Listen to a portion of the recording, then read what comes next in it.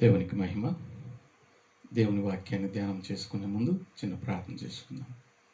ప్రేమగల మా పరలోక తండ్రి, నీ పరిశుద్ధ నామానికి స్తుతి స్తోత్రాలు చెల్లిస్తున్నాం. పరమ తండ్రి, నీ వాక్య ప్రతిష్ఠ మాకు అనుగ్రహించి మిమ్మల్ని మహింపరిచే భాగ్యం మాకు దయచేసి దీవించి కాపాడారని నమ్మి స్తుతిస్తూ యేసుక్రీస్తు నామాన్ని బట్టి అతి వినంగా పెట్టుకున్నాను నా ప్రియ పరలోక తండ్రి. ఆమేన్. యేసుక్రీస్తు వారి యొక్క పరిశుద్ధ నామములో మీకందరికీ కూడా నా హృదయపూర్వక వందనాలను తెలియజేసుకుంటున్నాను. మీరందరూ కూడా ప్రభు యొక్క కృపను బట్టి క్షేమంగాను ఆరోగ్యంగా ఉన్నారని ఆ దేవుని నేను మహింపరుస్తున్నాను. ఈరోజు వాక్యాన్ని ధ్యానం చేసేదాని కోసం పరిశుద్ధ గ్రంథంలో వచ్చి మత్తయి సువార్త 27వ అధ్యాయము 19వ వచనాన్ని చదువుకుందాం. గమనించినట్లయితే ఈ విధంగా ఉన్నది. అతడు న్యాయపీఠం మీద కూర్చుని ఉన్నప్పుడు అతని భార్య, నీవు ఆ నీతిమంతుని జోలికి పోవద్దు, ఈ ప్రొద్దు ఆయనను గూర్చి నేను కలలో మిక్కిలి బాధపడితినని అతని యొద్దకు వర్తమానము పంపెను. ఈరోజు మన వాక్యం యొక్క అంశం గమనించినట్లయితే దేవుణ్ణి పిలాతు భార్య ఎలాగ మహిమపరచెను అన్నటువంటి అంశాన్ని ధ్యానం చేస్తాం. దేవుడు మహిమాస్వరూపి. మనలందరినీ కూడా ఆయన ఎందుకు చేసుకున్నాడంటే దేవుని మహింపరచడాని కోసం. మనం అందరం కూడా దేవుని మహింపరచాలి. మనము ఆ ఉద్దేశంతో చేయబడిన వారికి ఉన్నాం. ఎన్నో రీతులుగా దేవుని మనము మహింపరచగలుగుతాం. ఈ యొక్క పిలాతు భార్య ఎలాగా మహిమపరిచినది అన్నటువంటిది మనం ధ్యానం చేస్తాం. పిలాతు భార్య అన్నటువంటి ఈ మాట మనం గమనించినట్లయితే బైబిల్లో ఆ భార్య పేరు రాయబడలేదు, కానీ ఇతరాత గ్రంథాల్లో గమనించినట్లయితే క్లౌదియా ప్రక్కుల అన్నటువంటి పేరు ఆమెకు ఉన్నది. ఈమె పిలాతు యొక్క భార్య. ఈమె యేసుక్రీస్తును మహిమపరుస్తున్నది. ఎలాగ మహిమపరుస్తున్నది పరిశుద్ధాత్మ ద్వారా మనము ధ్యానం చేస్తాం. మొదటిగా మనం గమనిస్తే దేవుని మనము ఆయన ఎరిగిన వారుగా ఉండి మహిమపరచాలని దేవుడు తెలియజేస్తున్నాడు. మనము దేవుణ్ణి దేవునిగా ఎరిగి ఆయన మహిమపరచాలని రోమపత్రిక 8వ అధ్యాయంలో మనము చూడగలుగుతాం. రోమపత్రికలో మనం చూసినట్లయితే దేవుణ్ణి మనం ఏ విధంగా మహిమపరచాలి అన్నటువంటిది గమనించినట్లయితే రోమపత్రికలో 1వ అధ్యాయం 21లో చూసినట్లయితే, మరియు వారు దేవుని ఎరిగి ఆయనను దేవునిగా మహిమపరచలేదు. మరి ఈ యొక్క క్లౌదియా ప్రక్యుల దేవుణ్ణి ఎరిగినటువంటిదిగా ఉండి మహిమపరుస్తున్నది. అంటే దేవుడు ఏమై ఉన్నాడు అన్నటువంటిది ఆమె ఎరిగి మహిమపరిచేటువంటిదిగా ఉన్నది. ఈ యొక్క పిలాతు యొక్క భార్య మరి దేవుణ్ణి ఎరిగేటువంటిదిగా ఉంటున్నది. ఏమని ఎరుగుతుందంటే ఆయన నీతిమంతుడు అని. మనం కూడా దేవుడు ఎలాంటి వాడు అనేది ఎరిగి ఆయన మనము మహింపరిచేవారిగా ఉండాలి. పరిశుద్ధ గ్రంథంలో మనం చదివినటువంటి లేఖన ప్రకారంగా ఈమె దేవుణ్ణి మహింపరిచేటువంటిదిగా ఉంటున్నది. లూకాసు వార్త 23వ అధ్యాయం 47వ వచనాన్ని గమనించినట్లయితే ఈ విధంగా ఉన్నది. ఈ మాటను మనం చదివినట్లయితే, శతాధిపతి జరిగినది చూసి ఈ మనుషుడు నిజముగా నీతిమంతుడై ఉండెనని చెప్పి దేవుణ్ణి మహిమపరిచెను అని రాయకున్నది. శతాధిపతి జరిగిన దాన్ని చూసి ఈయన నిజముగా దేవుని కుమారుడుగా, ఈయన నిజముగా నీతిమంతుడని చెప్పి మహింపరిచేవాడుగా ఉంటున్నాడు. అంటే ఈయన ఎరిగి. ఎవరు ఎరుగుతున్నా అంటే శతాధిపతి. శతాధిపతి యేసు ప్రభు వారిని ఏమని ఎరుగుతున్నా అంటే ఈయన నిజముగా నీతిమంతుడు అని ఎరిగి దేవుణ్ణి ఏం చేస్తున్నట్టే మహింపరుస్తున్నాడు. ఇప్పుడు మనము పిలాతు భార్య కూడా ఆ విధంగానే ఆయన్ని ఎరిగినటువంటిదిగా ఉండి మహింపరిచేటువంటిదిగా ఉన్నది. ఏమని ఎరుగుతున్నది? నీతిమంతుడు అని. అంటే ఆయనలో ఏ నేరం లేదని, ఏ తప్పిదము లేదని, ఏ పాపము లేదని. ఈ పిలాతు న్యాయపీఠం మీద కూర్చుని ఉన్నాడు. ఎందుకు అంటే న్యాయం తీర్చేదాని కోసం. ఎవరికి తీరుస్తున్నారంటే యేసు ప్రభు వారికి, సృష్టికర్త అయినటువంటి దేవునికే ఈ యొక్క అధిపతి న్యాయం తీర్చేవాడుగా ఉంటాడు. ఇతడు గవర్నర్, యూదులకు గవర్నర్. యూదులకు సన్హెద్రిన్ అనేటువంటి సభ ఉన్నది. వారు కొన్ని విషయాల్లో నేరం చేసిన వారికి శిక్ష విధించవచ్చు. అయితే మరణ శిక్ష విధించడానికి వారికి అధికారం లేదు, గవర్నర్కు ఉన్నది. కనుక వీరు యేసు ప్రభువును అంతమొందించుటకు ప్లాన్ వేసుకొని కుట్ర పని ఈ పిలాతు దగ్గరికి తీసుకుని వస్తున్నారు. పిలాతు దగ్గరికి తీసుకుని వచ్చేటప్పటికి ఈ పిలాతు న్యాయపీఠం మీద కూర్చున్నాడు న్యాయం తీర్చడానికి. యేసు ప్రభుని గురించి పిలాతు యొక్క భార్య ఉదయాన్న కలగనేటువంటిదిగా ఉన్నది. బహుశా ఈ పిలాతు ఇంటి నుంచి బయలుదేరిన ఆ సమయానికి ఈమె కల కనినటువంటిదిగా లేదు. ఈమెకు యేసు ప్రభుని గురించి ఎవరి వలనో తెలుసుకుని ఉంటుంది. బహుశా ఈ యొక్క పిలాతు కూడా కొన్ని విషయాలు ఈమెకు చెప్పి ఉండవచ్చును. లేకపోతే ప్రజలు ఏదో రీతిగా అనుకుంటుంటారు కాబట్టి ఈమెకు తెలిసినది. ఈమె ఒక అధికారి యొక్క భార్య. ఈమెకు మంచి జ్ఞానం ఉంటుంది, ధైర్యం ఉంటుంది, అన్ని ఆధిక్యతలు కూడా ఉండగలుగుతాయి. ఈమెకు యేసు ప్రభు వారి గురించి తెలుసుకున్నది. యేసు ప్రభుని గురించి తెలుసుకున్నటువంటి సందర్భంలో బహుశా ఈరోజు మా ఇంటి ఆయన న్యాయం తీర్చేవాడుగా ఉంటున్నాడు అన్నటువంటిది ఎరిగినటువంటిదిగా ఉన్నది. ఇప్పుడు ఎవరికి తీర్చేటువంటి వాడుగా ఉంటున్నాడంటే నీతిమంతుడైనటువంటి దేవునికి, అనగా యేసుక్రీస్తుకు ఈ విషయము ఆమె ఆలోచన చేస్తూ ఉంటుంది. అలాగా ఆలోచన చేసే సమయంలో ఎలాగ తీర్పు తీరుస్తాడో మా ఇంటి ఆయన అని అనుకుండవచ్చును. ప్రభువారు ఈమెకు తను తాను ప్రత్యక్షపరచుకుంటున్నాడు కలలో ఏ విధంగా తను తాను ప్రత్యక్షపరచుకున్నాడు. కానీ ఈమె మిక్కిలి బాధపడుతున్నది. బహుశా ప్రభు శిలువలో ఆయన అప్పగింపబడేటువంటి విషయాన్ని, ఆయన శిలువకు వేయబడిన తర్వాత మరణం పొంది మానవులందరి కొరకు ఆయన పాపక్షమ దయచేసి రక్షణ కలిగించేటువంటి దృశ్యాన్ని ఆమె చూసినదో ఏమో. ఏది ఏమైనప్పుడు కూడా ఆయనకు చాలా కష్టం కలిగినటువంటిదిగా, బాధ కలిగినటువంటిదిగా ఈమె చూడగలుగుతున్నది. చూసినప్పుడు దుఃఖపడేటువంటిదిగా ఉంటున్నది, మిక్కిలి బాధపడేటువంటిదిగా ఉన్నది. ఈమెకి ఏమి కొదువ ఉండి దుఃఖపడలేదు, బాధపడలేదు, హృదయం వేదన చెందలేదు. నీతిమంతుడైనటువంటి యేసు ప్రభు వారికి శిక్ష వేయబడినట్లుగా ఈమె తలపోసి ఆ దృశ్యంలో చూసి, ఆ కళలో చూసి ఎరిగినటువంటిదిగా ఉండి మిక్కిలి బాధపడేటువంటిదిగా ఉన్నది. మిక్కిలి బాధపడాలంటే మనం ఎంతగానో ప్రేమించే వారికి కష్టం కలిగినప్పుడు మనం ఆ బాధను భరించలేము. ఈమె యేసు ప్రభు వారిని ఆ విధంగా, నీతిమంతుడైన యేసు ప్రభుని ఎంతగానో మరి హృదయపూర్వకంగా ప్రేమించేటువంటిదిగా ఉన్నది, ఆత్మీయంగా ప్రేమించేటువంటిదిగా ఉన్నది. ఈమె యేసు ప్రభు వారిని నీతిమంతుడు అని ఎరిగేటువంటిదిగా ఉన్నది. పరిశుద్ధ గ్రంథంలో యెషయా గ్రంథం 1:3 ఎద్దు తన కామందును ఎరుగును, గాడిద సొంత దొడ్డిను ఎరుగును.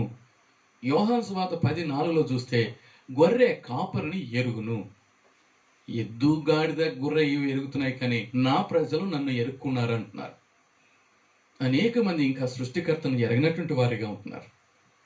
అయితే ఈ యొక్క క్లౌదియా ప్రక్కుల యేసు ప్రభు వారిని నీతిమంతుడుగా ఎరుగుతున్నది. ఈమె ఎరిగినటువంటిదిగా ఉండటం వలన ఎంతో ధన్యత. యేసుక్రీస్తుని గురించి ఎరుగుటయే నిత్య జీవం. తమ దేవుని ఎరుగువారు ధన్యులు, భాగ్యవంతులు. వారు బహుబలం కలిగి గొప్ప కార్యాలు చేయగలుగుతారు. మనం యేసుక్రీస్తును ఎరుగుట ఎంత భాగ్యం కదా. ఈమె ఎరిగేటువంటిదిగా ఉంటున్నది. అనేక మంది ఎరగనటువంటి వారిగా ఉన్నారు. రోమ 1 చూసినట్లయితే ఈ సృష్టికి సంబంధించిన విషయాలు, దేవుడు చేసినటువంటి ఈ కార్యాలు మనము తలపోసినప్పుడు, ఆలోచించినప్పుడు ఆయన యొక్క నిత్య శక్తి మనము ఎరిగే వారిగా ఉండగలుగుతాం. అదృశ్యమైనటువంటి నిత్యమైనటువంటి ఆయన యొక్క సత్యాలను మనము ఎరిగే వారిగా ఉంటున్నాం. ఈమె ఎంతగానో తలపోసింది, ధ్యానం చేసింది, ఆలోచించింది, ఎంతగానో తన మనస్సును ప్రభు తట్టు తిప్పినది కనుక ప్రభువారు ఈమెకు తను తాను కలలో ప్రత్యక్షపరచుకున్నాడు. ఎంత ధనిరాలు కదా! దేవుడు మనకు ఎన్నో రీతిలుగా ప్రత్యక్షపరచుకుంటున్నాడు. వాక్యం ద్వారా మనకు ప్రత్యక్షమవుతున్నాడు. దర్శనాల ద్వారా దేవుడు ప్రత్యక్షమవుతున్నాడు. కళల ద్వారా దేవుడు ప్రత్యక్షమవుతున్నాడు. దేవుని బిడ్డల ద్వారా, సువార్త ద్వారా మనకు ఆయన తను తాను ప్రత్యక్షపరచుకుంటున్నాడు. ఆయన ప్రత్యక్షతను మనము పొందినప్పుడు ఆయన ఎరిగే వారిగా ఉండాలి. ఎరక్కపోయినట్లయితే ఎంతో ధన్యత. మరి ఎరక్కపోయినట్లయితే మనం నిజంగా మరి శిక్షకు పాత్రలు కాగలుగుతాం. ఎరుగుట ఎంతో ధన్యకరం. ఈమె ఎరిగినటువంటిదిగా ఉన్నది. నా ప్రియ సహోదరుడా, సహోదరి, నీవు కూడా ఇంకా ఎరకనున్నట్లయితే ఎరగాలని దేవుడు ఆశించేవాడుగా ఉంటున్నాడు. తమ దేవుని ఎరుగువారు ఎంతో ధన్యులు. ఈ స్త్రీ ఎరిగినటువంటిదిగా ఉన్నది. ఈయన నీతిమంతుడు అని ఎరుగుతున్నారు. రోమపత్రికలో 3వ అధ్యాయం 11వ వచనంలో నీతిమంతుడు ఒక్కడునూ లేడు, దేవుడు ఒక్కడే నీతిమంతుడు అనగా ఈయన నీతిమంతుడు, ఈయన దేవుడు అని ఈమె ఎరుగుతున్నది. మనం ఎరుగుట ఎంతో ధన్యత, నిత్య జీవం. ఆ కృపను పరిశుద్ధాత్మ దేవుడు మనకు అనుగ్రహింపచేయునుగాక. ఈ స్త్రీ ఎరిగినటువంటిదిగా ఉన్నది. ఒక్కసారి అమెరికా దేశాన్ని మరి ఎంతగానో సువార్తతో నింపినవాడు, ప్రపంచాన్ని సువార్తతో నింపినవాడు బిల్లీ గ్రాహం అన్నటువంటి గొప్ప దైవజనుడు మరి ఉన్నాడు. అతడు ఉన్నటువంటి సందర్భంలో అతన్ని దేవుడు ఎంతగానో ఆశీర్వదించాడు. గొప్ప దైవజనుడిగా దేవుడు ఆశీర్వదించాడు. అతని గురించి ప్రపంచంలో చాలామందికి తెలుసు. అమెరికా దేశంలో అతనికి గొప్ప పేరు ఉన్నది. ఆ దేశస్తులు ఈ యొక్క దైవజన్ దగ్గరికి వచ్చి, నీవు ఎంతగానో గొప్ప పేరు కలిగిన వాడివి, నీవు గన అమెరికా ప్రెసిడెంట్ ఆ పోస్టుకు ఎన్నిక అవుతావు, ఎందుకంటే నీకు అంత మంచి పేరు ఉన్నది కనుక నీవు ఆ ఎలక్షన్లో పోటీ చేయమని చాలామంది అతన్ని అడిగారు. అతడు చెప్పాడు, మరి యేసుక్రీస్తును ప్రకటించేటువంటి నాకు, ఆయన నీతిమంతుడని, ఆయన దేవుడని, ఆయన రక్షకుడని, విమోచకుడని నేను ప్రకటిస్తున్నాను కదా, ఇంతకు మించినటువంటి ఆ ప్రెసిడెంట్ పదవే అని మీకు తలసినట్లయితే మరి నిజంగా నాకైతే దానికంటే గొప్ప పోస్టు ఈ పోస్టు, ఈ ఉద్యోగం నాకు ఆ ప్రెసిడెంట్ కంటే గొప్ప పోస్టు కనుక నాకు ప్రెసిడెంట్ కంటే దేవుని యొక్క సేవ చేయడము గొప్ప ఉద్యోగము అని చెప్పగలిగారు. అనగా ఆయన దృష్టిలో ఈ లోకములో దేవుని పనికి మించినటువంటి పని ఏది కూడా లేదు. రారాజైనటువంటి, నీతిశూరుడైనటువంటి, రక్షకుడైనటువంటి, విమోచకుడైనటువంటి, సృష్టికర్త అయినటువంటి దేవుని గురించి ప్రకటించడము నాకు ధనికరము అని చెప్పగలిగారు. అప్పుడు అడిగినటువంటి వారు గమనైపోయారు. కనుక గమనిస్తే మనం కూడా యేసుక్రీస్తును నీతిమంతుడని మనం ఎరిగినట్లయితే, ఆయన మనం నమ్ముకున్నట్లయితే ఆ నీతిని నీకు నాకు అనుగ్రహించేవాడుగా ఉంటున్నాడు.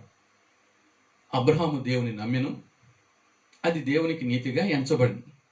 నీకు నాకు అలాంటి నీతిని దేవుడు అనుగ్రహింప చేయునుగాక. నీతి సూర్యుని యొక్క వెలుగు మనపైన ప్రస్తుతం అవునుగాక. అలాంటి కృపను మనం పొందుకుందాం. రెండవదిగా గమనిస్తే, ఈమె యేసుక్రీస్తును నీతిమంతుడని ఎరిగి న్యాయపీఠం మీద కూర్చున్నటువంటి తన యొక్క భర్తకు వర్తమానం పంపేటువంటిదిగా ఉన్నది. ఏమంటే, నీవు నీతిమంతుని జోలికి పోవద్దు అని. నీతిమంతుడు అని చెబుతూ నీతిమంతుని జోలికి నువ్వు పోవద్దని ఈమె తెలియజేసేటటువంటిదిగా ఉంటున్నది. ఈమె ఎరిగినది ఏమనంటే నీతిమంతుడు అని. శతాధిపతి అనగా శిలువ వేటలో 100 మందికి పెద్దగా ఉన్నటువంటి శతాధిపతి మనగా యేసు ప్రభువును ఎంతగానో శిక్షించుటలో ఆ 100 మంది ఉపయోగించబడ్డారు. ఈ యొక్క శతాధిపతి వారికి అంత పెద్ద. ఈ చూసినాడు ఇవంతా కూడా చివరికి అతడు ఏమని ఎరుగుతున్నారంటే, ఈయన నిజముగా నీతిమంతుడు అని చెప్పి దేవుని మహింపరిచాడు. ఈ యొక్క ఎరుగునటువంటి వాడుగా ఉంటున్నాడు శతాధిపతి. ఇప్పుడు నీతిమంతుడు అని చెప్పి దేవుని మహింపరుస్తాడు. ఎరుగుట ఎంతో ధనికరం. అందుకే రోమలం మనం 1లో చూసినాము, దేవుణ్ణి ఎరిగి దేవునిగా మనము మహింపరచాలి. ఆమె యేసు ప్రభువును దేవుడని నీతిమంతుడని ఎరిగి మహింపరిచేటువంటిదిగా ఉన్నది. మరి మనం ఆ విధంగా మహింపరుస్తూ ఈ నీతిమంతుని మనం ఒప్పుకొని ఈ నీతిమంతుడని మనం ఎంతగానో దేవుని మహింపరిచేవారిగా, ఆ మాట చెప్పేవారిగా ఉండాలని దేవుడు తెలియజేస్తున్నాడు. ఈ యొక్క శతాధిపతి ఆ విధంగా చెప్తున్నాడు, చెప్పి దేవుని మహింపరుస్తున్నాడు. ఈమె కూడా తన భర్తకు ఈ వర్తమానం అందించేటువంటిదిగా ఉన్నది. ఏమనంటే, ఆ యేసు ప్రభు వారు నీతిమంతుడు, నీతిమంతుడని చెప్పి ఇప్పుడు దేవుని మహింపరిచేటువంటిదిగా ఉన్నది. ఏ రీతిగా శతాధిపతి యేసు ప్రభు వారిని నీతిమంతుడని చెప్పి ఆ తండ్రిని మహింపరుస్తున్నాడు, ఈ యొక్క క్లౌదియ ప్రక్కుల కూడా ఆ విధంగానే యేసు ప్రభు వారిని నీతిమంతుడని చెప్పి ఆ తండ్రిని మహింపరిచేటువంటిదిగా ఉంటున్నది. ప్రభు వారితో కూడా సిలువ వేయబడినటువంటి దొంగల్లో ఇద్దరు కూడా మొదట దూషించిన వారి, అయితే తర్వాత అంతా కూడా గమనించిన తర్వాత మరి రెండవ వాడు మారిపోతున్నాడు. మొదటివాడు ప్రభువారిని ఎగతాళి చేస్తూ గేలి చేస్తూ, నీవు రక్షకుడు అయితే నిన్ను నీవు రక్షించుకో, మమ్మల్ని రక్షించుమని ఎంత ఎగతాళిగా మాట్లాడుతున్నాడు, ఆ విధంగా మాట్లాడేవాడుగా ఉంటున్నాడు. ఆ సమయంలో లూకా సువార్త 23వ అధ్యాయంలో 39వ వచనంలో మనం చూసినట్లయితే ఏ విధంగా చెప్తున్నాడని మనం గమనించట్లయితే, వేలాడినటువంటి ఆ నేరస్తులో ఒకడు ఆయన దూషించుచు, నీవు క్రీస్తువు కదా, నిన్ను నీవు రక్షించుకొనము, మమ్మను కూడా రక్షించమని చెప్పాను. అయితే రెండవ వాడు వానిని గద్దించి, నీవు అదే శిక్షలో ఉన్నావు గనక దేవునికి భయపడవా? మనకైతే ఇది న్యాయమే, మనము చేసిన దానికి తగిన ప్రతిఫలం పొందుతున్నాం, కానీ ఈయన ఏ తప్పిదము చేయలేదని చెప్పి ఆయన చూసి యేసు అనగా పాపలో రక్షకుడా అని చెప్పేవాడుగా ఉంటున్నాడు. ఇక్కడ ఈ యొక్క మానటువంటి వాడు అనగా రెండవ వాడు మొదటి వాడిని గద్దిస్తున్నాడు. నువ్వు నేను నేరస్తులమే, మనలో నేరం ఉంది, మనకు శిక్షకు తగినటువంటి పాత్రులం, అయితే ఈయన ఏ నేరము చేయలేదు అనగా నీతిమంతుడు అని ఆయన ఇండైరెక్ట్గా తెలియజేసేవాడుగా ఉంటున్నాడు. అక్కడ ఉన్నటువంటి ఆ మొదటి దొంగకే కాదు, అక్కడ ఉన్నటువంటి అనేక మందికి తెలుస్తుంది. యూదులైతేమి, యూదేతరులైతేమి, అక్కడ ఉన్న ప్రజలైతేమి, రోమా ప్రజలైతేమి, రోమా సైన్యమైతేమి, అందరికి కూడా ఈ విషయాన్ని ఈ రెండవ వ్యక్తి తెలియజేసేవాడుగా ఉంటున్నాడు. ఏమని తెలియజేస్తున్నాడు? యేసు ప్రభు వారు నీతిమంతుడు, ఆయనలో ఏ నేరము లేదు, నేను ఇక్కడ దొంగ, మేము మరి నేరస్తులం, ఈ శిక్షకు పాత్రులమని చెప్పుకునేవాడుగా ఉంటున్నాడు. ఆ విధంగా మరి అందరిలో కూడా ఒప్పుకునేవాడుగా ఉంటున్నాడు, నీతిమంతుడు అని తెలియజేసేవాడుగా ఉంటున్నాడు. ఆ విధంగా తెలియజేసేవాడుగా ఉంటూ మరి ఆ దేవుణ్ణి మహింపరిచేవాడుగా ఉంటున్నాడు. ఆ తర్వాత యేసు అంటున్నాడు. యేసు అనగా రక్షకుడా అని, నన్ను రక్షించువాడా, నన్ను నువ్వు జ్ఞాపకం తెచ్చుకో, నన్ను నీ యొక్క మరి రాజ్యంలో వచ్చినప్పుడు నన్ను జ్ఞాపకం తెచ్చుకో అనేటువంటి వాడుగా ఉంటున్నాడు. మరి ప్రార్థించేవాడుగా ఉంటున్నాడు. ఇక్కడ దేవుణ్ణి మహింపరిచేవాడుగా ఉంటున్నాడు. ఈ క్లౌదియ ప్రక్కుల ఆ తండ్రిని నీతిమంతుడని మహింపరుస్తున్నది. ఇక్కడ ఈ రెండవ వ్యక్తి నీతిమంతుడని తెలియచేస్తూ అతనిని మహింపరిచేవాడుగా ఉంటున్నాడు. ఒకవేళ నువ్వు నేను ఇంకా యేసుక్రీస్తును మహింపరచలేకపోతే అందరిలో కూడా ఒప్పుకుందాం. అందరిలో కూడా ఈ రీతిగా మనము తెలియజేసినట్లయితే, యేసు నీతిమంతుడని ఒప్పుకున్నట్లయితే, అందరిలో యేసుక్రీస్తు రక్షకుడని మనం ఒప్పుకున్నట్లయితే మనం ఎంతో ధన్యులం. అప్పుడు మనం దేవుని మహింపరిచే వారిగా ఉంటున్నాం. దేవుని మహింపరచడాని కోసమే దేవుడు నిన్ను నన్ను చేశాడు. ఆ విధంగా మనము నీతిమంతుడని శతాధిపతి చెబుతూ మహింపరుస్తున్నాడు. క్లౌదియ ప్రక్కుల ఆ విధంగా చెప్పి దేవుని మహింపరిచేటువంటిదిగా ఉన్నది. శిలువలో వేలాడినటువంటి రెండవ వాడు మారిన వాడుగా ఉండి నీతిమంతుడని యేసు ప్రభు వారిని చెప్పుతూ దేవుని మహింపరిచేవాడుగా ఉంటున్నాడు. ఒకసారి ఇంగ్లాండ్ దేశంలో ఆ దేశపు రాజు చక్కగా పరిపాలన చేసే సమయంలో జర్మనీ దేశపు రాజు విన్నాడు, ఈ ఇంగ్లాండ్ దేశం చాలా మంచిగా ఉంది, ఆ రాజు చాలా మంచిగా పరిపాలన చేస్తున్నారు, ప్రజలు చాలా మంచిగా ఉంటున్నారు అని తెలుసుకొని ఆ దేశాన్ని చూద్దాము, ఆ రాజును చూద్దాము, ఎందుకు ఈ విధంగా వారు మంచిగా ఉంటున్నారు, ఆశ్రయింపబడినారు, మంచిగా వారు పరిపాలనలో ఉన్నారు, ప్రజలు సురక్షితంగా ఉన్నారు, క్షేమాన్ని కలిగిన వారుగా ఉన్నారని తెలుసుకుందామని జర్మనీ రాజు ఇంగ్లాండ్ దేశానికి వచ్చాడు. ఇంగ్లాండ్ రాజును దర్శించి ఆ రాజభవనాలకి వెళ్ళినప్పుడు ఆ రాజభవనంలో అక్కడ రాజుల యొక్క కిరీటాలన్నీ కూడా ఒక స్థలంలో ఒకదాని వెనకాల ఒక ఆ విధంగా క్రమంగా ఉంచారు. ఇంగ్లాండ్ రాజు అన్ని విషయాలు కూడా వివరిస్తున్నాడు. ఈ ఈ రాజు ఫలానా రాజు యొక్క కిరీటము ఇది బంగారుతో, ఇది వజ్రాలతో ఈ రీతిగా చేయబడిందని అన్ని చెప్పుకుంటున్నారు. చివరికి వస్తే మరి ముళ్ళ కిరీటం ఉన్నది. ఈ జర్మనీ రాజు అడిగాడు, ఇదేమిటి అన్ని బంగారుతోనూ ఈ వజ్రాలతోనూ ఇవెన్నో విలువైన వాటితో చేయబడినట్టు కిరీటం ఉన్నాయి, కానీ ఇదేమిటి ముళ్ళ కిరీటం ఏమిటి అని అడిగినప్పుడు ఆ యొక్క ఇంగ్లాండ్ రాజు చెప్పగలిగాడు, ఈ రాజు వల్ల మేమంతా కూడా రాజులుగా ఉంటున్నాము, ఇతను మేము నమ్ముకుంటూ వల్లనే మేము నీతి న్యాయం కలిగిన వారిగా ఉన్నాము, ఈ రాజు నీతిశూరుడు, ఈయన నీతిమంతుడు, ఈయన రక్షకుడు, ఈయన విమోచకుడు, ఈయన వైద్యుడు అని యేసుక్రీస్తుని గురించి తెలియజేస్తూ అందరి పాపాలను సెలవులో భరించి అందరి పాపాల కొరకు చనిపోయి ఆయన సమాధి చేయబడి మృత్యుంజరి లేచినాడు. ఆయన యూదుల రాజు, ఆయన్ను ఈ విధంగా యూదులు మరి సిలువ వేశారు, ఆయనకు ముళ్ళ కిరీటం ధరింపచేశాడు.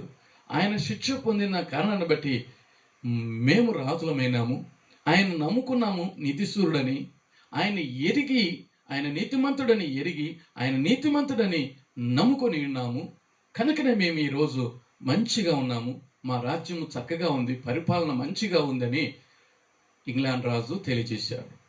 అప్పుడు జర్మనీ రాజు అలాగనా అని ఈ యొక్క జర్మనీ రాజు కూడా ఆ ప్రభువాన్ని ఎరిగి యేసుక్రీస్తు నీతిమంతుడని తెలుసుకొని, ఆ నీతిమంతుడు నాకు కూడా నీతిమంతుడు కావాలా, నా రాజ్యం కూడా మంచిగా పరిపాలన కావాలా, ఇంగ్లాండ్ రాజ్యం ఎలాగ మంచిగా పరిపాలింపబడుతున్నదో నేను కూడా ఆ విధంగా నా రాజ్యాన్ని పరిపాలించాలని అతడు ఆ ప్రభువాన్ని హృదయంలోకి స్వీకరించాడు, ఆహ్వానించాడు. యేసు ప్రభును నీతిశూరుడిగా పొందుకోగలిగాడు. ఆ తండ్రికి సాగిలు పడాడు, ఆ తండ్రిని ఆరాధించాడు, ఆ తండ్రికి కృతజ్ఞతాస్తుతులు చెల్లించాడు, ఆ తండ్రిని మహింపరిచాడు నీతి సూర్యుడని. దేవునికి మహిమ కలుగునుగాక. లూకా సువార్త 17వ అధ్యాయంలో యేసు ప్రభు వారు 10 మంది కుష్టు వ్యాధి కలిగిన వారికి స్వస్థత కలిగించినప్పుడు 10 మందిలో ఒక్కడు మాత్రమే ప్రభు దగ్గరికి వచ్చి సాగిలపడి ఎంతగానో దేవుని మహింపరిచాడు. ఎలాగంటే కృతజ్ఞతాస్తుతులు చెల్లించి ప్రభు వారి దగ్గర సాగిలపడ్డాడు, ఆ తండ్రిని మహింపరిచాడు. దేవునికి మహిమ కలుగునుగాక. ఈ క్లౌదియ ప్రక్కుల యేసుక్రీస్తును ఎరిగి ఆయన దేవుడని ఆయన నీతిశూరుడని ఎరిగి మహింపరిచింది. రెండవదిగా ఆయన నీతిమంతుడు అని చెప్పి తనని మహింపరిచింది. నువ్వు నేను కూడా ఆ విధంగా చేసేదానికి దేవుడు సహాయం దయచేయునుగాక. మూడవదిగా గమనించినట్లయితే ఈమె యేసు ప్రభు వారిని ప్రచురపరిచి తనని మహింపరిచినటువంటిదిగా ఉన్నది. కీర్తనలు 19లో మనం చూసినట్లయితే ఆకాశములు దేవుని మహిమను వివరిస్తున్నాయని రాయబడినది. ఈ మాటను మనం గమనిస్తే ఆకాశములు దేవుని మహిమను వివరించుచున్నవి అని. 50 కీర్తనలో కూడా మనం చూసినట్లయితే 6వ వచనంలో మరి ఈ మాటను కూడా మనం చదువుకున్నట్లయితే ఆకాశం ఆయన నీతిని తెలియజేయుచున్నది అని కీర్తనల 56వ వచనంలో మనం చూడగలం. ఆకాశము ఆయన నీతిని తెలియజేయుచున్నది. ఆకాశములు ఏం చేస్తున్నాయంటే దేవుణ్ణి మహిమపరుస్తున్నాయి, దేవుని మహిమను వివరిస్తున్నవి. ఆ అంతరిక్షం ఆయన చేతి పనిని ప్రచురపరుచున్నది అని చెప్పబడినది.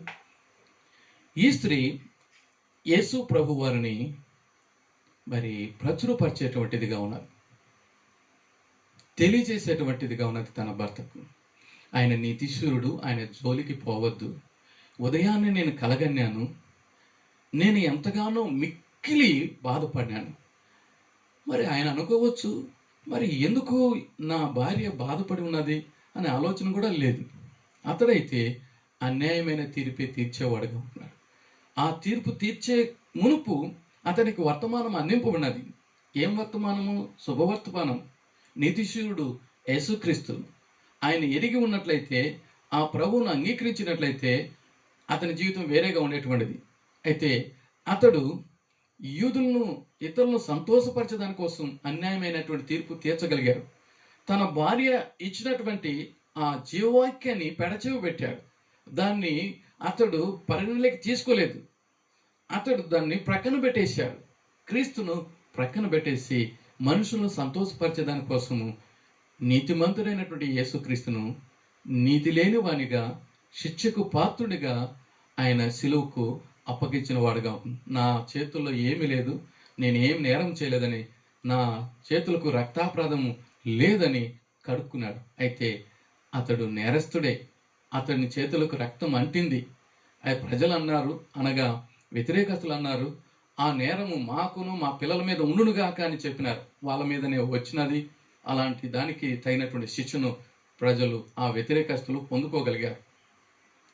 ఆ తర్వాత ఈ యొక్క పిలాతు కూడా చివరికి ఆత్మహత్యకు గురి కాగలిగాడు. మరి క్లౌదియా ప్రక్కుల సువార్తను అందించినది, జీవవార్తని, సత్యాన్ని ధైర్యంగా అందించగలిగినది. అయితే భర్త దాన్ని అంగీకరించలేకపోయాడు. తరువాత ఇతడు దేవుణ్ణి రక్షణ పొందకుండా మరి ఆత్మహత్యకు గురి కాగలిగాడు. పరిశుద్ధ గ్రంథంలో తిమోతికి రాసినటువంటి 2వ పత్రిక 4వ అధ్యాయం 21వ వచనంలో గమనించలేతే అక్కడ క్లౌదియా అన్నటువంటి పేరు వినపడుతున్నది, కనపడుతున్నది. పౌలు ఆమెను గురించి తిమోతికి రాస్తూ ఈ విషయాన్ని తెలియజేసేవాడుగా ఉంటున్నాడు. తిమోతికి రాసినటువంటి ఈ 2వ పత్రికలో పౌలు వారు ఏమని తెలియజేస్తున్నారంటే, ఈ యొక్క క్లౌదియా మరి వందనాలు తెలియజేసేటువంటిదిగా ఉన్నదని ఇక్కడ రాయకున్నది. గమనించలైతే తిమోతికి రాసినటువంటి 2వ పత్రిక 4వ అధ్యాయం 21వ వచనంలో, శీతాకాలపు రాక మునుపు నీవు వచ్చుటకు ప్రయత్నం చేయను, యుబోలును, పుదే, లిను, క్లౌదియాయు సహోదరులందరూ మీకు వందనములు చెప్పుచున్నారని ఇక్కడ రాయకున్నది. క్లౌదియా అన్నటువంటి ఈ పేరు మరి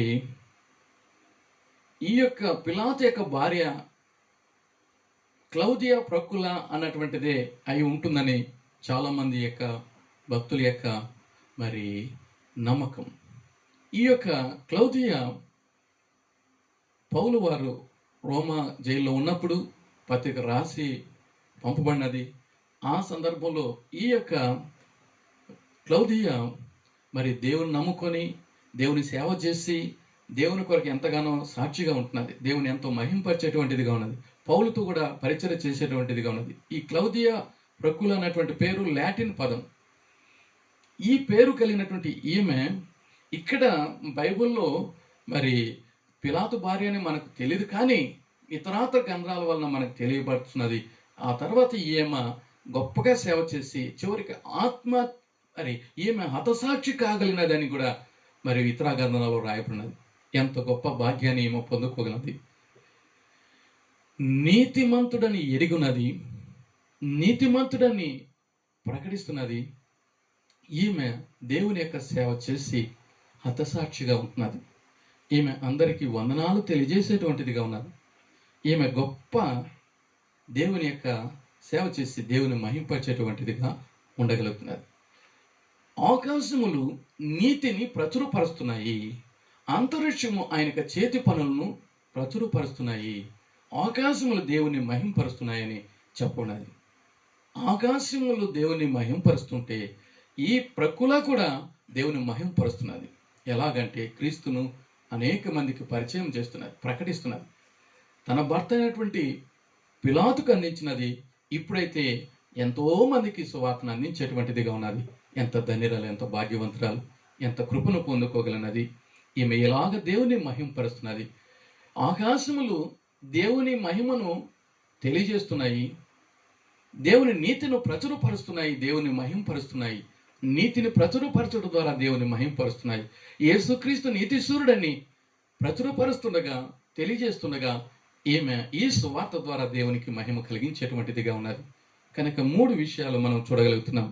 ఒకసారి ఒక చక్రవర్తి తన పరిపాలనలో కొన్ని లోపాలు ఉన్నాయి. ఒక గ్యాంగ్ బయలుదేరి ఇతన్ని సంహరించాలని, ఆ చక్రవర్తిని చంపాలని కుట్రబన్నారు. ఒక సభ జరిగేటువంటి సందర్భంలో అతడు సభకు హాజరయ్యేటువంటి సమయంలో, మెటికలు ఎక్కేటువంటి సమయంలో అతన్ని సంహరించాలని ప్లాన్ వేసుకున్నారు, కుట్ర పన్నారు. ఈ విషయము ఆ చక్రవర్తికి స్నేహితునికి తెలిసినది. అతడు ఒక లెటర్ రాసి ఆ చక్రవర్తికి ఇవ్వగలిగాడు. అతడు ఆ సభకు అటెండ్ అయ్యే ముందుగా ఇంటి నుంచి బయలుదేరేటప్పుడు, రథం మీదకి ఎక్కేటప్పుడు ఈ యొక్క లెటర్ ఇవ్వబడినది. అతడు తర్వాత చదువుకుందామనేసి పాకెట్లో పెట్టుకోగలిగాడు. అతడు కన్నా అక్కడ చదువుకుని ఉన్నట్లయితే మంచిదయ్యేది. అతడు ఆ అపాయం నుంచి తప్పింపబడేవాడు. శుభవర్తమానము చేతికి అందినా కానీ దాన్ని పక్కన పెట్టేశాడు. అతడు మామూలుగా అటెండ్ అయ్యే దానికోసం మరి ఆ మహాసభకు వెళ్ళేటువంటి సందర్భంలో రథం దిగి మెటికలు ఎక్కేటప్పుడు ఆ కింద దాగి ఉన్నటువంటి ఆ యొక్క వ్యక్తి అతన్ని చంపివేశారు, కత్తితో పొడిచి. తర్వాత ఇతని పాకెట్లో ఉన్న లెటర్ చూసినప్పుడు ఆ లెటరు ప్రియమైనటువంటి స్నేహితుడు రాబోయేటువంటి అపాయాన్ని గురించి లెటర్లో రాశాడు. కానీ అతడు చదువుకుని ఉన్నట్టయితే ఆ మరణం నుంచి తప్పింపబడాడు, జీవం పొందేవాడు. అయితే అతడు నెగ్లెక్ట్ చేశాడు, దాన్ని మరి మర్చి జేబులో పెట్టుకోగలిగాడు. సువార్తను మరి ప్రకటించుటకు ఈ ప్రకులకు దేవుడు సహాయం చేశాడు. క్లౌదియా ప్రకుల ఈమె భర్తకు అందించినది, అనేక మంది జనాంగానికి సువార్తను అందించినది, క్రీస్తును నీతిశూరుడిని ప్రచురపరిచింది. ఆకాశములు తెలియజేసిన రీతిగా, ఆకాశములు నీతిని ప్రచురపరిచిన రీతిగా యేసుక్రీస్తు నీతిని ఈ సహోదరి కూడా, ఈ స్త్రీ కూడా ప్రచురపరిచి దేవుని మహింపరిచింది.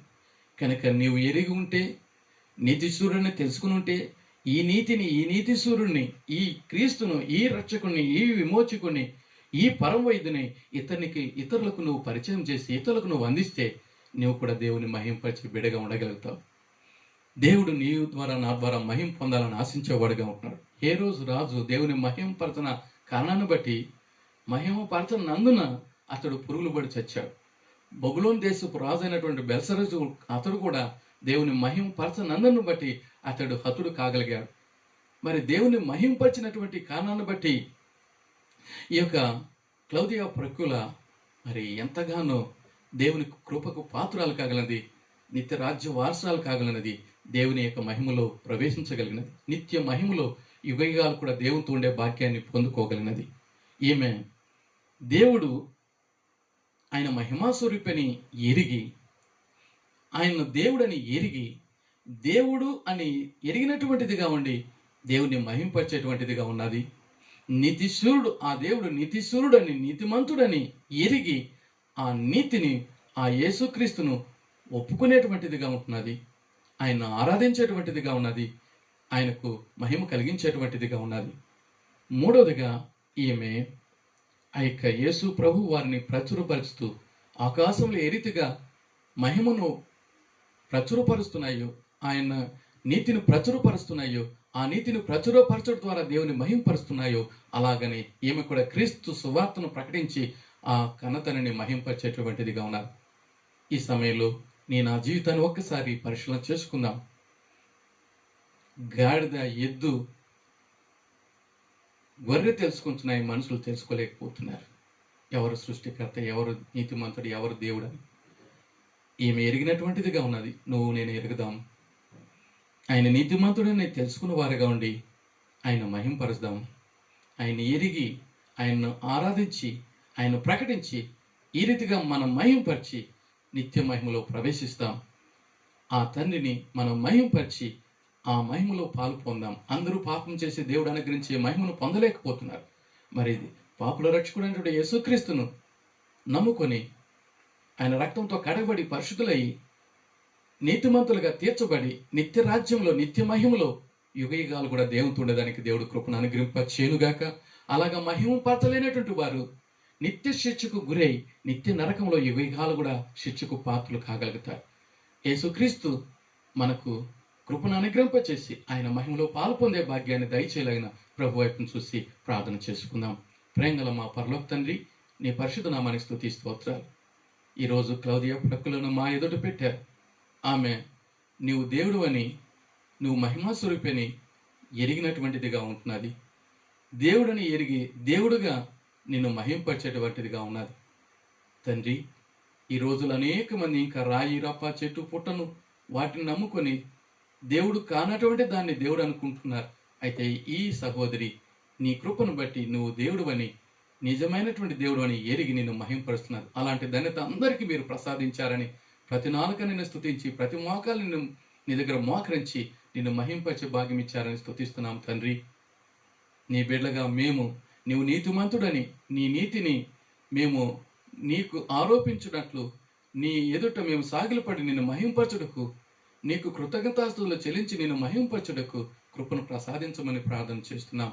ప్రియ ప్రభువా, నీవు నీతిమంతుడు అని, రక్షకుడు, విమోచకుడని ప్రచురపరచేదాని కోసం మాకు కూడా నీ కృపను అనుగ్రహింపచేసి నీ నిత్య మహిమలో పాలు పొందేదానికి, నిత్య మహిమలో యుగయుగాలు ఉండేదానికి కృపను అనుగ్రహింపచేసి దీవించి కాపాడారని నమ్మి స్తుతిస్తూ, ఏ ఏ బిడ్డకి ఏమేమి అవసరాలు ఉన్నాయో మీ కృపా మహదైశ్వర్యము చొప్పున ప్రతి బిడ్డకి అవసరాన్ని తీర్చి దీవించి కాపాడి మీకు మహిమ బిడ్డలకు ఆశీర్వాదం దయచేశారని నమ్మి స్తుతిస్తూ యేసుక్రీస్తు నామాన్ని బట్టి అతి వినంగా వేడుకున్నాను నా ప్రియ పరలోక తండ్రి. ఆమేన్.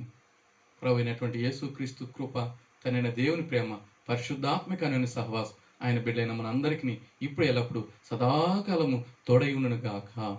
ఆమేన్.